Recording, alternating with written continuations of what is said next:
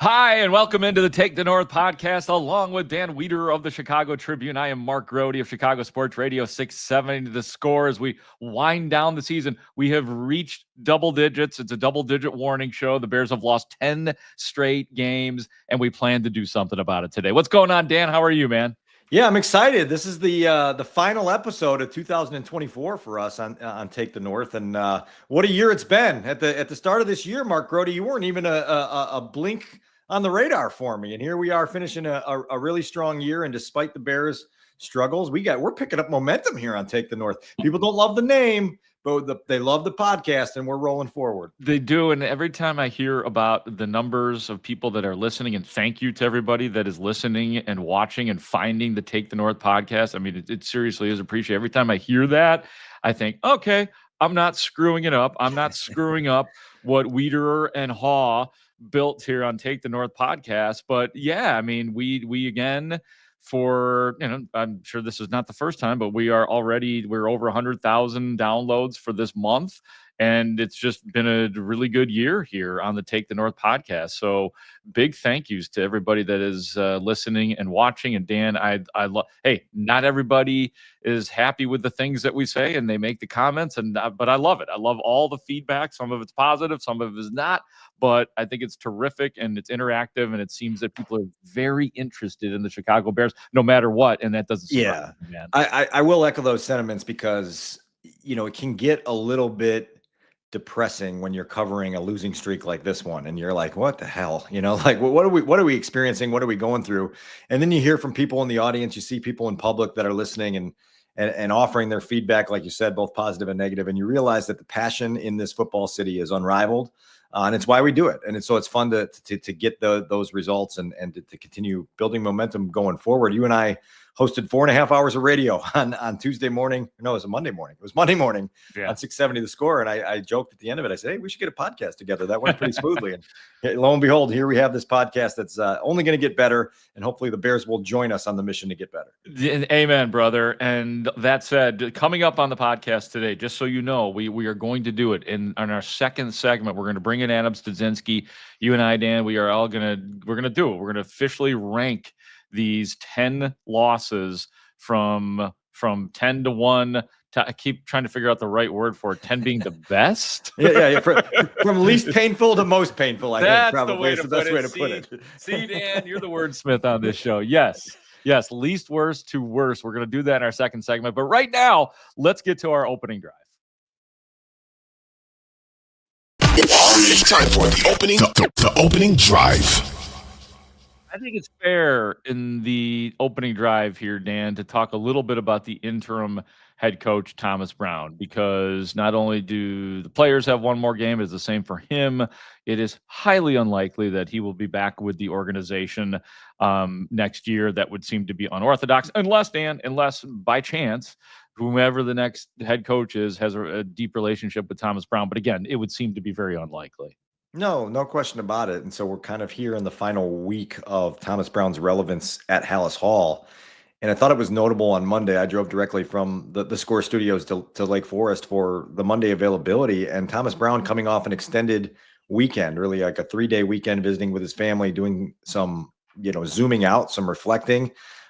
Started his Monday press conference with some reflection. And it struck me, Grote, for one, and we'll listen to Thomas in a minute, but it's been quite a roller coaster for Thomas Brown here over the last couple months. Just 2 short months ago, he was the guy standing at a high table in the Midway every second week when the offensive assistants were meeting with the media, one at a time across that Midway. And within a matter of time, he was promoted to offensive coordinator, and then he was promoted to interim head coach. And you've seen sort of the ebb and flow of his enthusiasm, right? Like, you remember when he took over the coordinator role and how much energy he seemed to be putting into Caleb Williams and the Bears offense. And then he gets the head coaching job. And on that Monday following the loss in Thanksgiving, you felt the juice, and you're like, man, like, it's going to be really interesting to see how he leads this football team. And then came 3 blowout losses and then a 4th really close, ugly loss against Seattle. And you're like, oh man, you're starting to see some of that enthusiasm fade just a little bit. And so Thomas Brown comes back after having Friday, Saturday, and Sunday away from the building and seemed to be in a reflective state. Like I say, in his opening statement, he gave us some things to chew on. And so we'll start there and then we'll react. Here's Thomas Brown from part of his opening statement on Monday. Think about like the last couple years of my career, but also just life in general, just reflect on difficulties and how much I've thankfully learned and grown to appreciate difficult moments. I think the reality is that, one, you never figure out who you really are until you go through difficult moments. People talk about courage and mental toughness until you have to actually deal with something that's going to be mentally taxing to you or put stress and strain on your body. But also just the process towards becoming who you are as an individual, but also in a program as well, which I know we live in a instant gratification generation and also world. From a sports standpoint, we expect and we want stuff to be fixed right now, and I get that. But that's not how stuff actually gets fixed or problems get solved. And so I do appreciate the opportunity to sharpen myself through difficult moments. That's helped make the person I am and continue to become. Oftentimes I always say successes in my life have been awesome. They've not made me who I am. The difficult moments and shortcomings have. But it's also a reminder to all of us that in a couple of weeks, or even really this week, going to make a lot of notions about what you're going to do in the new year. And don't quit it in 2 weeks because it becomes difficult, which happens most times. It's because you expect to see immediate results. And the reason why people don't reach their goals oftentimes is because they just quit before you have an opportunity to actually let it materialize. And you allow the outside world, outside noise to convince you that you should continue to pursue greatness or be at your best. And so that is always a constant motivator for myself, but also for everybody else too. So you talk about what you want to do and what you want to achieve. Nobody cares what you want in life. Life gives you what you earn and what you work for. And so we're back at work, excited for the opportunity, ready to roll. Man, Grote, like, the sarcastic side of you wants to kind of sit back and go, sir, this is a Wendy's, and say like, thanks for offering all that. But there's a part of me that was just deeply appreciative of that level of introspection and that level of insight and sharing from Thomas on Monday. My instinct was, man, I want to copy and paste this transcript and forward it on to wherever Thomas Brown gets his next job and tell the writers there, hey, dig deeper on this, right? Like you're going to have more time to get into the Thomas Brown story than we are here in Chicago. You felt to some extent like it was a little bit of a long shot pitch to the higher ups at Haugh Hall to have more consideration for who he can be as a leader. We both know that's not happening. Unlikely in January or February that he would be hired as the full-time head coach here. But you do, I'll always take a head coach who starts with a life in general soliloquy like Thomas Brown did, and then gives you some insight at the end to help you with your own New Year's resolutions, so to speak, with the push to earn what you want in life. And I thought there was some great insight in there. And I'm deeply appreciative, I think, of what Thomas Brown took on here, knowing it was kind of an unwinnable battle. And look, the results haven't been there, but I think he probably has the respect of 99% or higher of the people that he's worked with in that building over the last couple months. There's a couple of takeaways that I have from this. Number one is I'm just listening to him. I'm glad that this experience hasn't ruined him, right? Because there is a sympathy factor. When he took over, anything would have been better in terms of communication than Matt Eberflus. And Thomas Brown happens to be a pretty good. He speaks in a very authoritative way. Whether or not that resonates with players, I don't know, but I do know it resonated with the media, at least initially. His words, the way he spoke with authority, that he was open and honest, But then, he has gotten beaten up just like this entire team this season. He has made mistakes as well this season. But just listening to that, I am heartened to hear that he personally doesn't feel like it's ruined him. And I don't think it has, like in terms of like reputation throughout the NFL. I don't want that for Thomas Brown. Right. And it feels like, Dan, maybe this is the perfect way to be a Bears head coach. 6 games and out. You're here for 6 games, and then it's going to be all over, and hopefully your career is not ruined. And I don't know if that's another thing we could go through is past Bears head coaches and where their careers went after that. Some went on to other head coaching jobs. I think of Dick Duran and Lovie Smith.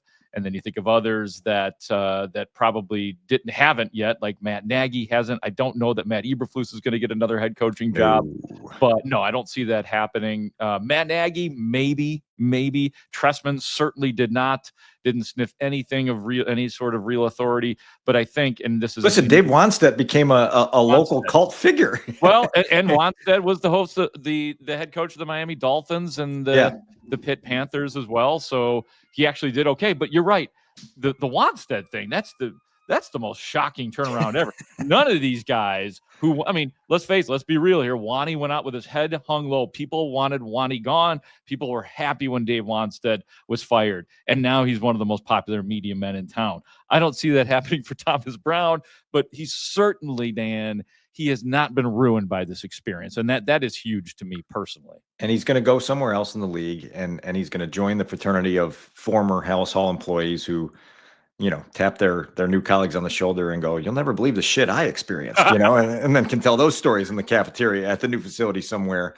And people will be enlightened to hear some of the experiences of things that go on at 1920 Football Drive. Maybe we'll be enlightened. Maybe we'll run into him at a restaurant. Or no question. Or have maybe him on at the combine, right? Like maybe we can have him come stop by and visit us in February at the combine. And trust me, things happen at the combine, folks. Yeah. Things happen at the combine. They always do. And so really following that opening statement, there was a handful of questions, and then it got back to Thomas Brown for a question on how he feels this opportunity has gone for him personally. And so I wanted to play that also, and then we can kind of tie a bow on what is the 6-game Thomas Brown experience that will finish Sunday in Green Bay. But here's Thomas Brown talking about how he thinks this opportunity has gone for him. When it comes to those aspirations that I have from a personal goal standpoint, I'm more confident than ever about the eventual result, which, that'll come at some point whenever that's played out for me. I just focus more about just the opportunity. Obviously, understanding when I accepted the role of you don't have an interim tag if everything is phenomenal. So there's an interim. There's difficulties. There's a reason for change, at least in the eyes of ownership. So I knew what I was walking into, and don't flinch. Still not going to flinch. Not going to back down from my opportunity to continue to grow in battle, regardless of the result. So the future takes care of itself by what you do every single day. So I focus more on that. As I mentioned before, even just off of how last year transpired, no one would have bet that I'd be in this position a year from that. So I don't worry about that one bit. Whenever it's done, when it's over it, I'll walk away with 100% confidence as far as the approach, the growth opportunities, and whatever happens next. Grote, that speaks to what you were just talking about, a man that certainly hasn't been broken by this experience. And when he says, "I'm more confident than ever in the eventual result," that's a guy that believes he's going to get an opportunity to be a head coach in this football league, in the National Football League at some point. And you hope he can find that path to get there at some point, because I do think there are leadership traits here that are impressive. And he's a guy that people respond to. And then hopefully one of these years, you consider what he's been through in 2024 in Chicago and 2023 in Carolina, man, like that's a whirlwind of dysfunction and chaos that you've had to live through. And maybe ultimately that's part of the origin story of Thomas Brown 15 years from now, when he says, "Man, I saw the worst of the worst, and I figured out how to navigate through hard times much better at having been through those two experiences," because those are pretty unique and incomparable in terms of their level of unbelievable things that went on in those 2 years. Yeah, I also thought it was very self-aware, and maybe somebody advised him on this and said, look, man, and paraphrasing what he said, and that was, look, things were bad already. And so, of course, when I took over, it wasn't going to be the magical elixir, and everybody wanted to. I mean, a lot of people talked about the new coach bump, which does happen sometimes. Sometimes players in any sport are a little bit more, if they weren't intense, if they were not ready to play, things might change. But that kind of stuff doesn't last, and it's really difficult to get that in the National Football League when the lights are off. So I'm glad he has that perspective of, yeah, things suck when you took over.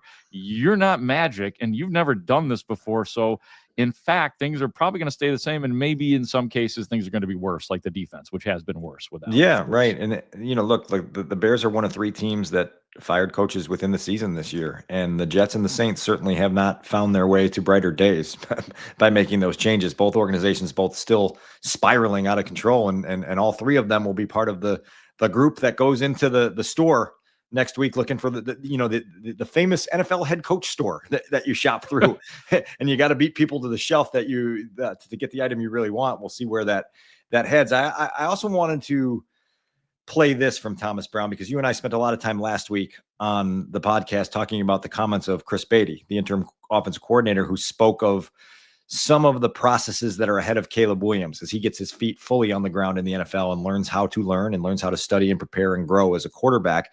And so I took an opportunity on Monday to kind of ask Thomas Brown about Chris Beatty's thoughts and what he would tack on to that in terms of giving a little bit of advice, a little bit of a prescription to Caleb Williams on what to do in 2025 as he takes ownership of his own development. I thought that was, an opportunity there to pick the brains of a guy who was the passing game coordinator and then the offensive coordinator and then the head coach and get some of his reflections on where Caleb is and where he needs to go. Here's a little bit of the thoughts of Thomas Brown on that topic. Beatty mentioned last week that Caleb has shown a heightened eagerness to learn.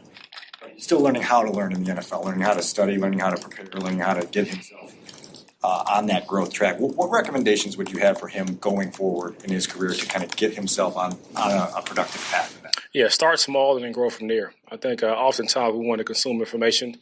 We want to get all of it right now at one time, which is that's not realistic as far as how learning goes. So I think from a basic standpoint of the process of how you call a play, to pre-snap operation, to motion time and motion adjustments, to master everything from that detail before you even worry about specific plays and how concepts come to life, before you worry about alert or kill criteria, before you worry about how to attack multiple coverages. It's the operational piece of slowing that process down so I can operate faster and not a huddle. And to me, I think it's about the understanding of how defenses work. So understanding what issues come with nickel defense, base defense, Bronco defense, down personnel on the grass, and obviously why we have certain calls for certain different looks. I think being able to continue to start really, really small and different. If I was trying to start a new language, I'm going to pick up the book where it's already in French, and I'm trying to learn that as a second language. I would start with the very basics and how to say basic words, how to transfer certain language barriers, and be able to build from there. To me, from his standpoint, not just him, but everybody in general, is being able to start small and then build from there. Oui. It's about the only French I know. Do you know any French?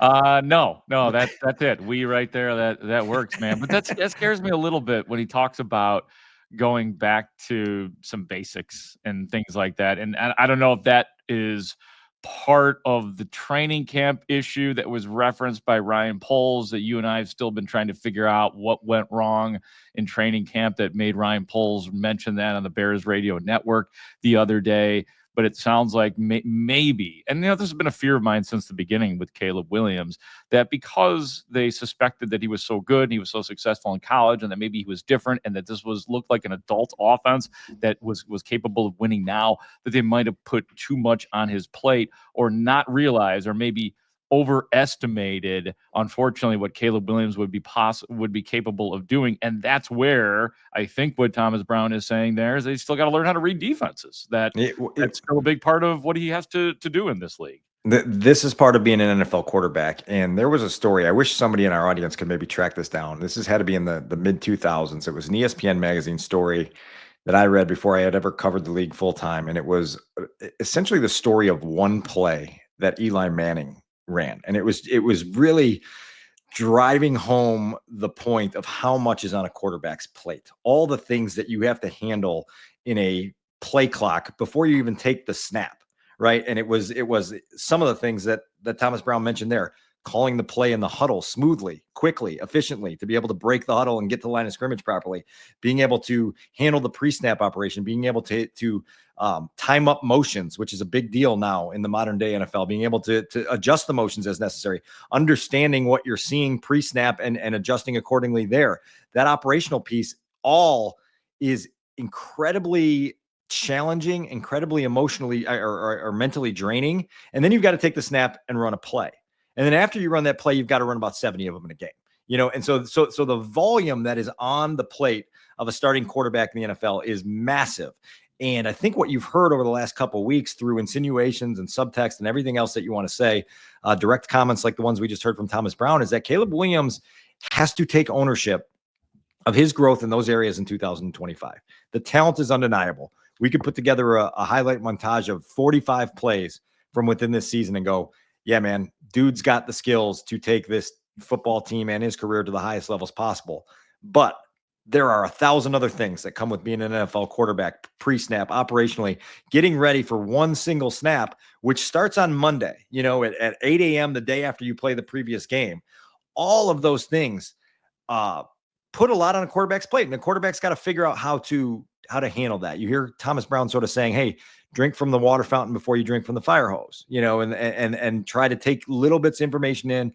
Don't try to accomplish everything at once. And it just feels like Caleb Williams has got a steep climb in year 2. He certainly has the talent to be able to make that climb. Now the Bears have to put things around him to help him with that climb. It starts with the head coach, the coordinator, the quarterback's coach, and whoever else is going to share the quarterback's room with him to help him down that path. But you used the word scared a minute ago, Grote, and I would say that, look, like that's this league. Like there is always reason for concern that a quarterback is not going to experience that breakthrough. There's nothing to tell us right now that Caleb Williams won't, but it's also a degree of difficulty that is massive. And we have never shied away from emphasizing that to the listener that, like, dude, this is the hardest fucking job in professional sports. Yeah, there's a fine line between success and failure in the NFL. And we all thought, you talked about putting things around Caleb Williams, and now it comes down to putting the correct things around Caleb Williams, because it sure looked like at the beginning of this season they put the right things around Caleb Williams. I think everybody was trumpeting that this is the best situation a rookie quarterback could possibly be in, because of the fact that he has DJ Moore and Keenan Allen and Cole Kmet, and what the hell they brought in DeAndre Swift. So it's going to be an easy year for him. What we all underestimated, or I underestimated, was the offensive line and the issues, the trigger effect of Nate Davis and everything that went on there, and the getting. And then look, it's the getting the chemistry right with, let's just say, right, DJ Moore. And you could talk about this with any player, Keenan Allen, Cole Kmet, big time Cole Kmet. That's on Caleb Williams. I think a lot of that was blamed on the offensive coordinators, the game planning, and maybe to some degree that is correct.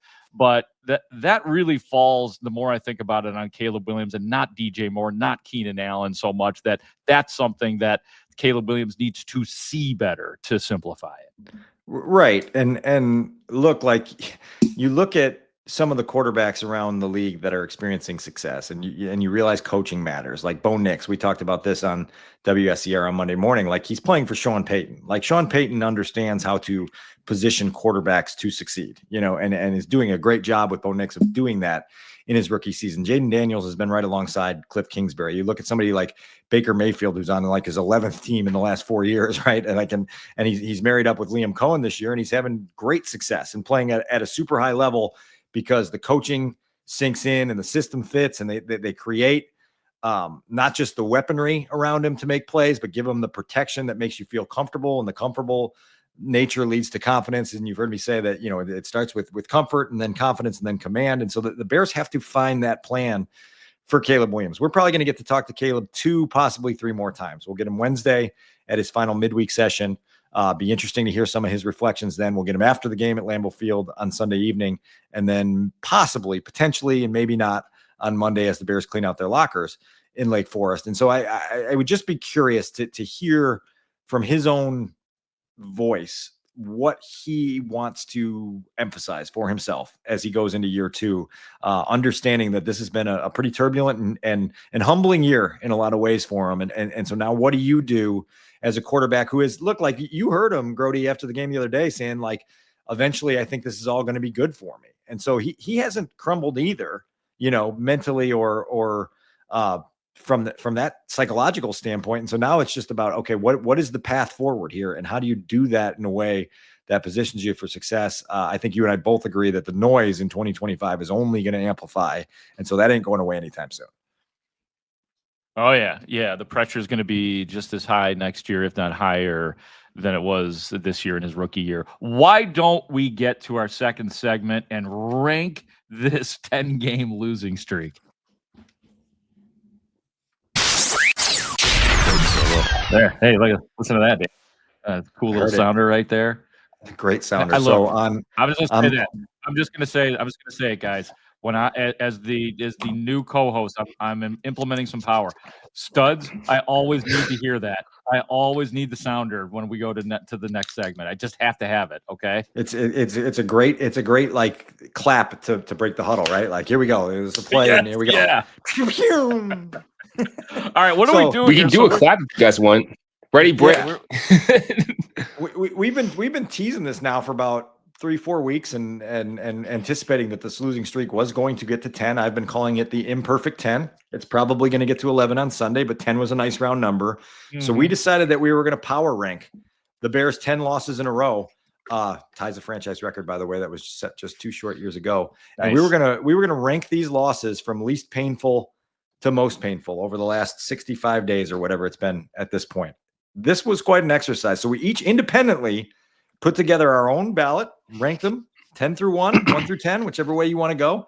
I added up the numbers, came to a consensus ranking for the Take the North podcast that takes all 3 of our input into account. Grote, you and I spent a part of Monday's show on WSCR in the hot tub time machine going back to 2018 and reliving the glory months of the end of that season, which was 9 wins and 10 games to end the season. This is the exact opposite end of the spectrum. We're back in the hot tub time machine, and we're going through these last 10 and a half weeks here to get to the bottom of this. So we're going to start at number 10, which would be the least painful loss in the 10 games. Again, an average of the 3 of our rankings, right? That's what Correct. This is? Okay. So this takes us back a full 9 days to Soldier Field, December 22nd against the Lions. You guys remember it well. It wasn't that long ago. The Bears lost to the Lions that day at Soldier Field. I believe it was 34-17. We got the score in front of us. Is that the final? That sounds right. Yeah, go with it. Very prepared here on the Take the North podcast. I'll pull up the scores, guys. As we know, Caleb Williams played pretty well that day. They got behind early. Really good Lions football team. Put them in a blender. Put them down 20 points right away. But Caleb played well enough and lit enough of a charge that by the end of the day, we're just like, all right, whatever. It was a loss. We'll move on. And so that was 34-17, by the way. That came in at number 10. That was number 10 on both mine and Grote's list. It was 8 on Studs' list. But certainly we were all in agreement that it was one of the least painful losses of this last 10-game losing streak. I will say the only reason I put that one above my other 2 that we'll get to is because it was a division game. That was the tiebreaker. Like my bottom 3 were all pretty much the same, and I was like, well, this is a division game, so I'm going to put it a little higher. Yeah, I mean, and I wasn't.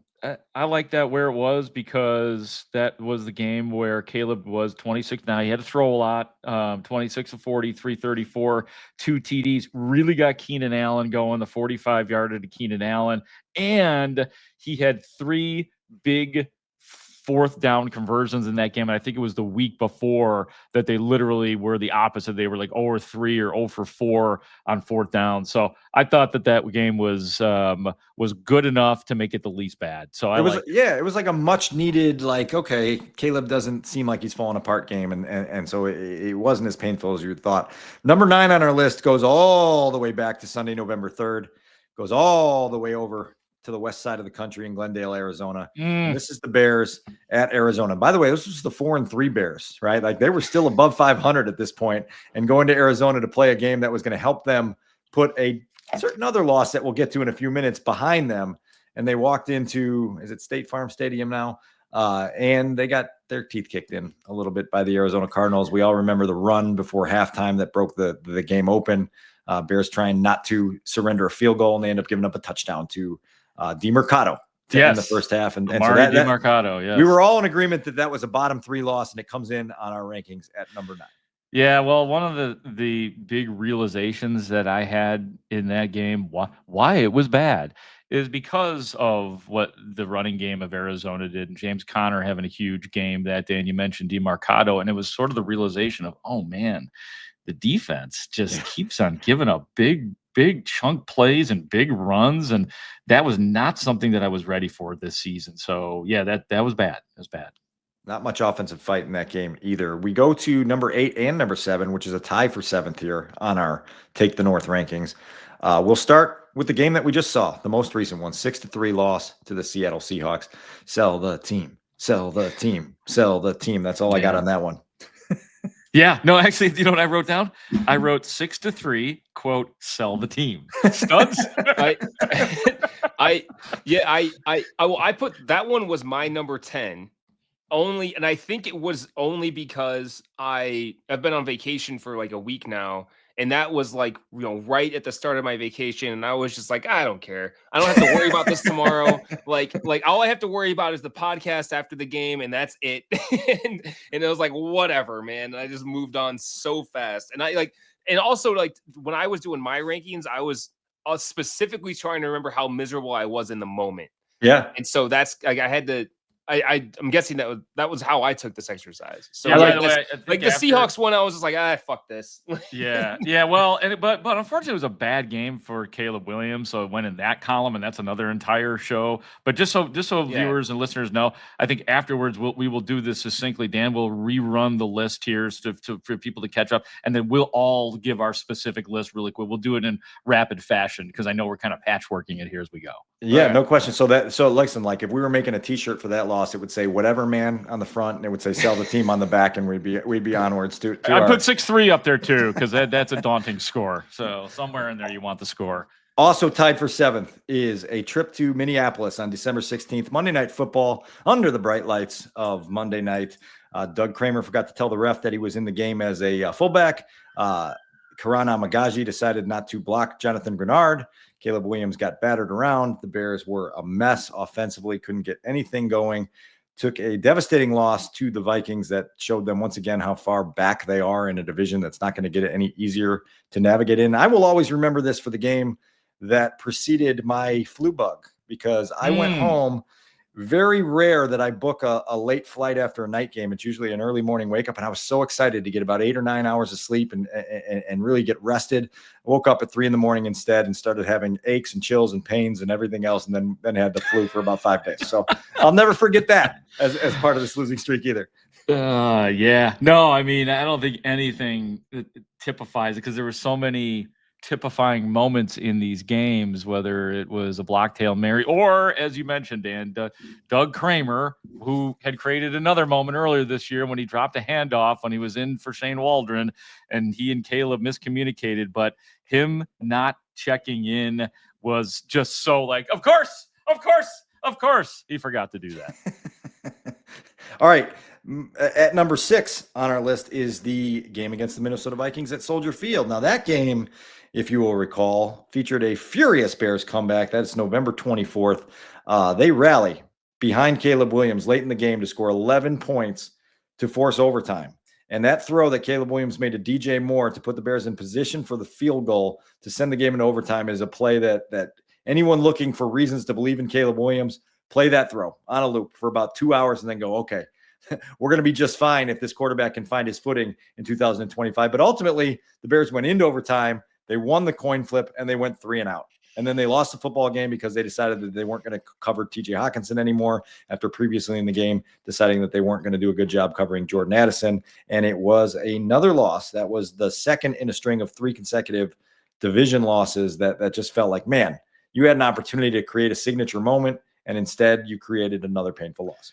Yeah, it's studs, man. I mean, it's like you can't I know we're all looking for encouragement out of Caleb Williams, and there were some encouraging things, but you can't do great things at the end of a game and then not win the game. Dan mentioned the 27-yard bullet to DJ Moore. Also in that game, you had 2 of his best passes, 2 passes that I actually talked to Caleb Williams about around his locker, and that was the pass to DeAndre Swift down the sideline, and then the drop in the bucket to Keenan Allen with like 4 guys draping him. So there were some positives that came out of it, but nonetheless, you got to figure out a way to win these games, and they did not. And I will say, yeah, that one was a little higher up the misery chain for me, but also because mainly because there was still kind of hope in the season at that point. So it was like, man, like if they'd have gotten that one, there was some momentum could be created. But I did like that was also one that you came out like you guys are kind of talking about, like fairly encouraged by Caleb Williams. Like obviously he took a bad sack in overtime, and then the defense just whatever the hell Matt Eberflus was doing defensively just was insane. But yeah, that one hurt a little bit more than the one I had in this spot. I just want you guys to know as we get further up the chain, we're up to the top 5 now, that the top 3, we had 4 games that each of us agreed were somewhere in the top 3, or you can put that, right? Like each of us had, we were only choosing for 4 games in the top 3. At number 5, we were all pretty much in agreement that this was the middle tier loss, and this is the trip to San Francisco to play the 49ers on December 8th, and it's a 38-13 loss that was pretty embarrassing from the first possession onward. The Bears got nothing going offensively. They had nothing going defensively, and it was the first time we were like, oh, man, we are looking at a really, really bad football team right now. It's also the first time that Thomas Brown is the head coach, right? Because it's after the Detroit game. So, and it was also the first time that Eric Washington was calling plays, and they had no plan for George Kittle. I mean, and that's fine. George Kittle's a damn good tight end, really good, but he just kept on making plays, and they did very little to adjust and to compensate for George Kittle until maybe about the fourth quarter or so. So yeah, that, and and that was another jarring first half. Another awful, dirty, filthy first half. Don't forget this. The San Francisco 49ers have currently lost 6 of their last 7 games. That's the only win that they have. It's a blowout beat down of the Chicago Bears, and otherwise they've been winless for 7 weeks. And so that adds a little bit of insult to injury in that game. Well, that tells you San Fran ought not be so puffy-chested about that win over the Bears as they were. There's another team that hasn't won since they beat the Bears that is going to come up later on the list. Oh, okay. A little tease from the studs. All right, so we're at number 4, and it is the first meeting with the Green Bay Packers. That was back on November 17th. And when you reflect on this game, and it's a week to do so because the Bears are playing the Packers again, it was the last time the Bears played a competitive football game from start to finish, where it was a back and forth, nip and tuck game. And you guys remember the final drive of regulation because there was Caleb Williams magic all over that drive. And there's 2 throws to Rome Odunze with Tom Brady on the broadcast talking about that's an A+ throw. And holy cow, look at this, off script bullet he throws to Odunze to pick up a huge chunk on 3rd and 19. And on the very next play on 4th and 3, he hits Odunze down the right sideline with an absolute, again, another signature moment throw, and follows that up with a 12-yard completion to Keenan Allen. You go, man, they're in pretty good range for a field goal here. They maybe shorten it a little bit, maybe get it to the proper hash mark, and they're going to walk out of here with a walk-off victory against the Packers. They did not walk out of Soldier Field with a walk-off victory against the Packers. Ball was on the left hash. They didn't block up front. Carlos Santos kicked the low kick, and as Mark Grote likes to say, Carl, with a K, Brooks got a big fat paw on it with his middle finger, nonetheless. Remember, we found that in the investigation. A Green Bay Packer put his middle finger up, blocked it. The Bears lost. That one, when you start going back through your list, you're like, oh, yeah, I feel that pain again. That was I flirted. I honestly flirted with this one as number 1. It was not my number 1. I will tell you, it's in my top 3, but I thought about it as number 1 because the Bears can't fucking beat the Green Bay Packers. We all know that. And so it's just, I haven't beaten them since 2018, right? So, and like, there's all these devastating streaks and numbers and quarterbacks, and you had a chance, like a really legitimate chance to beat the Green Bay Packers in the year of Caleb Williams, and you didn't. So that one, even as I'm thinking about it right now, should I put that one number 1? Maybe. I don't know. Yeah, that one's higher on the list for me. Not number 1, but that one was higher up because of how much it sucked that you had. This is another like Caleb moment where we talk about like, man, like that's what you look for in the fourth, like making special plays in the fourth quarter to give your team a chance to win. And of course, your reliable kicker gets blocked. Like, of course that happens. Like, we can't have anything nice. Caleb's going to show you the it stuff, and you're still going to lose the goddamn game. Caleb having the couple of moments he did there in the fourth quarter is the only reason it wasn't number 1 for me. Okay. At number 3, we were all in agreement that this was a top 3 painful loss, and it is a game that I think Studs was alluding to just a minute ago. This one is way back on November 10th. The putrid New England Patriots came to town, and if you want to talk about a get-well game, this was it, right? Like, Drake May is just trying to get himself right. Bears are coming off 2 losses on the road, but they're coming home, right? They hadn't lost at home all season. It was like, oh, the Patriots at home. This is the perfect get well game, right? Like this is going to be the game that at the very least stabilizes your season and allows you to regroup before you go into division play. Studs, I think this was the team you were referring to that has not won again since that day. Yep. They have lost 6 in a row since that game. The They've Patriots lost to the came, Rams, Dolphins, Colts, Cardinals, Bills, Chargers. and not only the did only game. Yeah, sorry, that's it. Yeah, no, they haven't won since. They haven't won since. Of course they have. I was going to say that not only did they come into Soldier Field, they dominated the football game, 19-3. Bears didn't score a touchdown. Caleb Williams was sacked a season high 9 times, to quote the great Edward Rooney.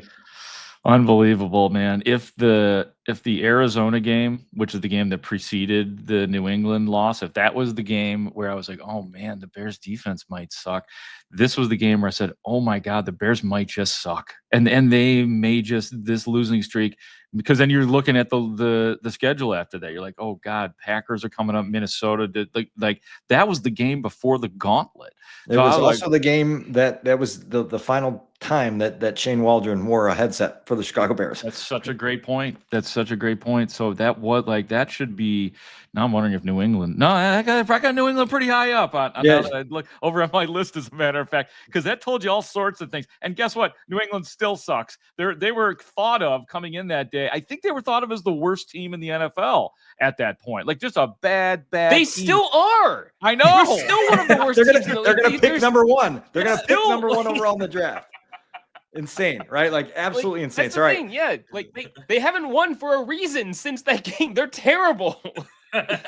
Absolutely absurd. All right, we're going to get to number 2 here, and I want you Okay. both to join me here with a deep exhale. Take a deep exhale with me.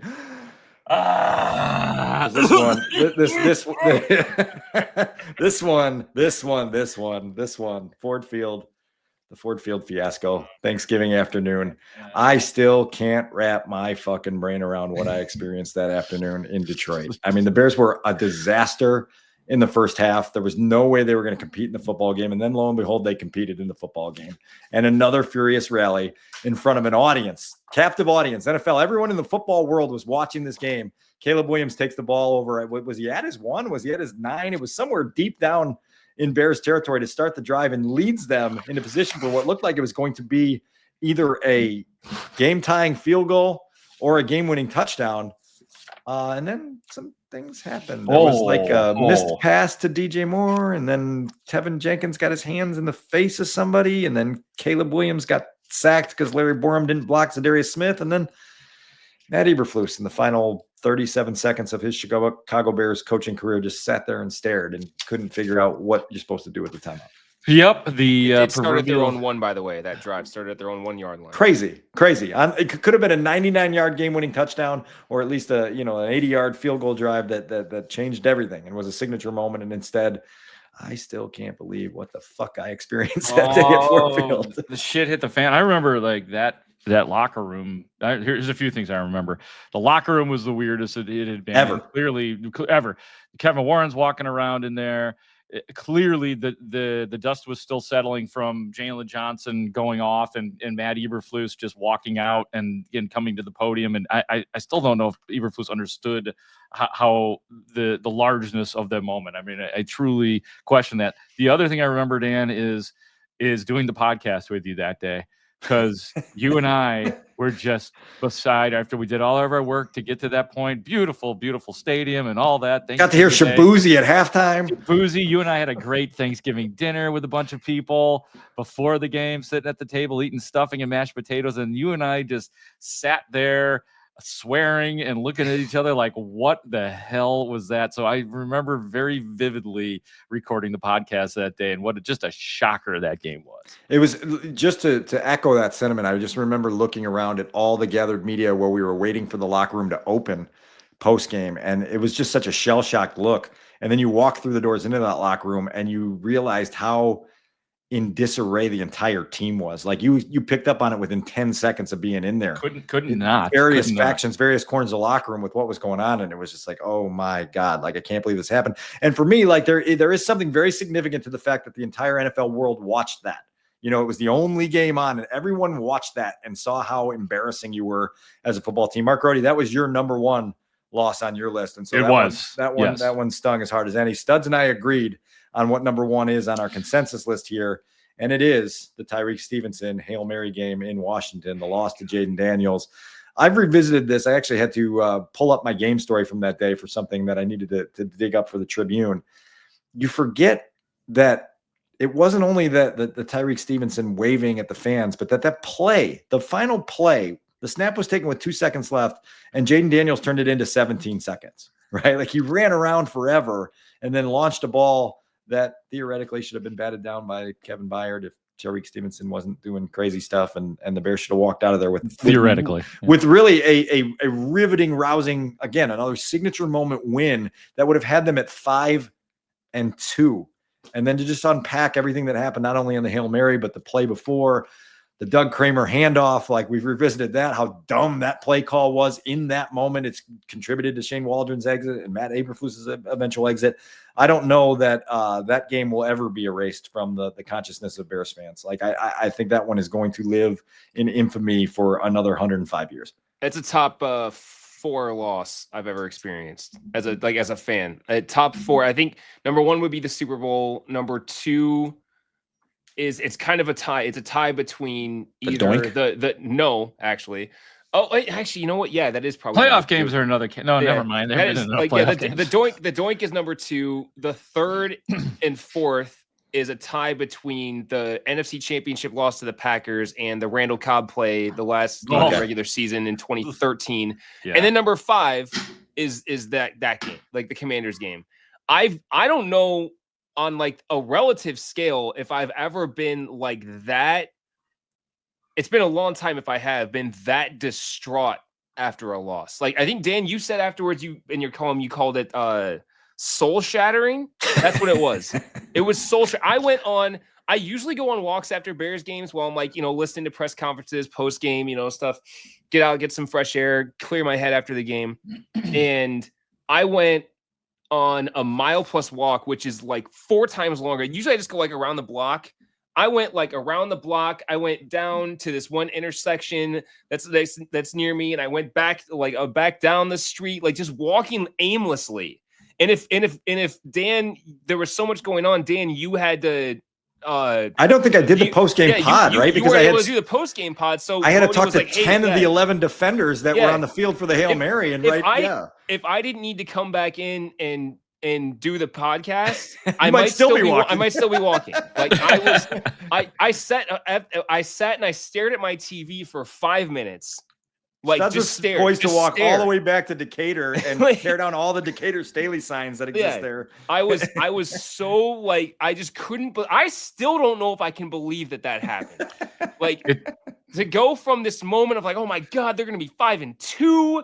Like, oh, like this is like they're actually gonna be good. Like we got something going here. They won a game. They were about to win a game they had no business winning, right? And you were just like, oh, this is the gift that you accept. I'll throw one more footnote on before I turn it to you, Grote. But I vividly remember the shock in the defensive side of the locker room that day, and how just absolutely crushed those guys were, and not going to Matt Eberflus's post-game press conference because I needed to get to all 10 of the defenders minus Tyreek, who told us he was going to talk the following day, and he did, that were on the field for that play. And then I went back and watched the video of Matt Eberflus's post-game press conference, and he started it out with that whole like, I really like the way our guys fought, and this team is going to stick together. And you were just like, bro, like you're missing the mark by 3 country miles with your post-game messaging on this. And as we know, in retrospect, he lost a lot of respect and faith from the players inside his locker room with the way he handled that.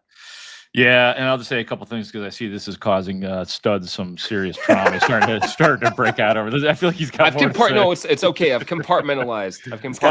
I don't think you have. I don't think you've compartmentalized anything here. As long as I don't dig too deep into there, it's fine. I touched it and I'm back. Look, the problem is, Dan, as you said, the Bears had no business like being in that game or winning that game, but God damn it, they did. They'd won that game. Yeah. And they get the final drive. They get the 2-pointer to Cole Kmet. Cole Kmet with the 2. It's 15-12. And then it's just the reason it was such a gut punch is because it was like it's this awful, helpless feeling. When you are the victim of a Hail Mary, it's like honest to God, even I was like watching it and saying, is there a flag? Is it really? It's over? Wait. The players are going on the field to shake hands. No. It can't possibly be over. But it was over. And I think that it is having it number one is a worthy spot, even though I didn't have that at number one. I have no arguments with you guys. It just hit me a little bit differently, obviously. Incredible trip in the time machine. Yeah. One of these years, I'm going to promise our audience that we're going to do a top 10 rankings of things that happen with the Bears. That would be totally sick. Why don't we fly through? Dan, give me your. Do you have it? I'll give you the top 5. I got everybody's top 5 here if you want. I went. Yeah. Why don't you give everybody's top 5? Yeah. I went Washington, Thanksgiving, New England, Green Bay at home, and San Francisco. Those were my top 5. Okay. Studs, want me to read yours? Studs went Washington, Green Bay at home, New England, Thanksgiving, Minnesota at home. I'll give you mine. The San Francisco game at number 5, Washington 4, Green Bay at home. It's just something about the Packers. The New England loss was number 2, and for me, that Detroit Thanksgiving Day was just a devastator. So I did have that number 1.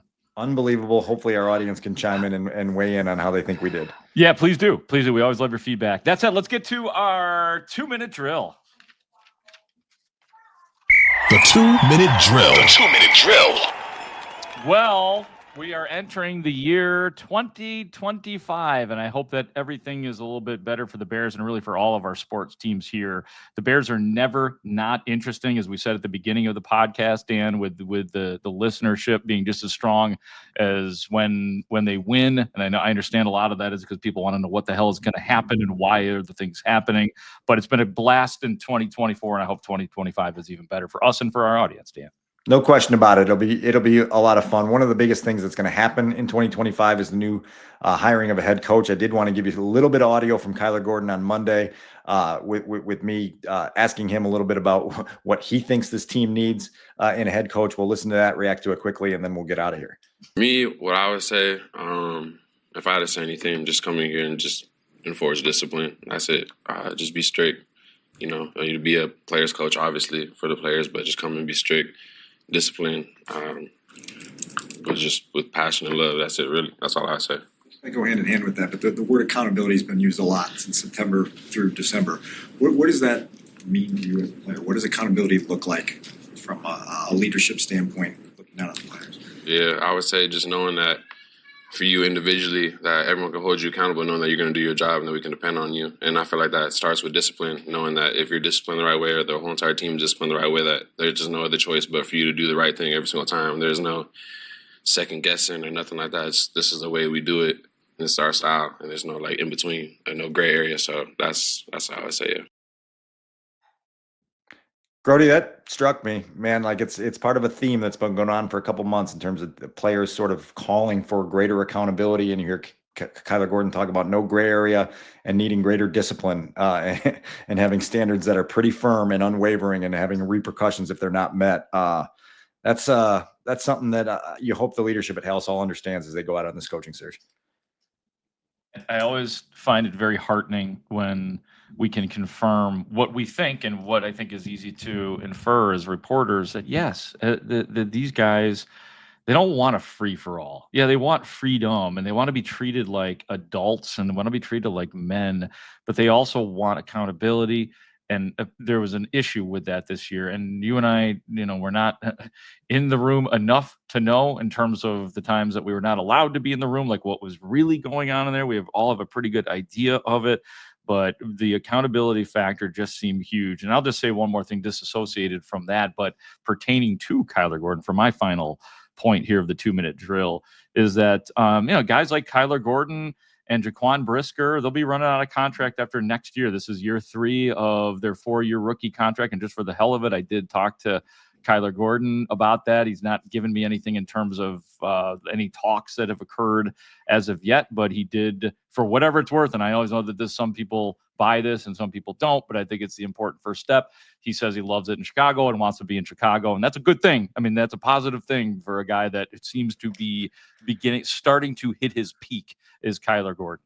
No question. He's played his way into serious consideration for a nice second contract here in Chicago. I think the holding pattern on that is we need to know who's running the Bears, both from a coaching standpoint and from a higher up standpoint. Until we have clarity on that in the next 6 or 7 weeks. We don't have any idea which direction that the next group of leaders wants to take this football team. And so that'll be all part of the equation going forward. But Kyler Gordon's been a good addition to this team overall. And yeah, man, wrapping up the year here. It's crazy. It's crazy how eventful it was and how far short of expectations it fell on the final day of the year. Hopefully 2025 is a different story with a whole ton of new faces coming in. Well, you've been fun to work with, man. You're a pro. Dan does a shit ton of work for this podcast.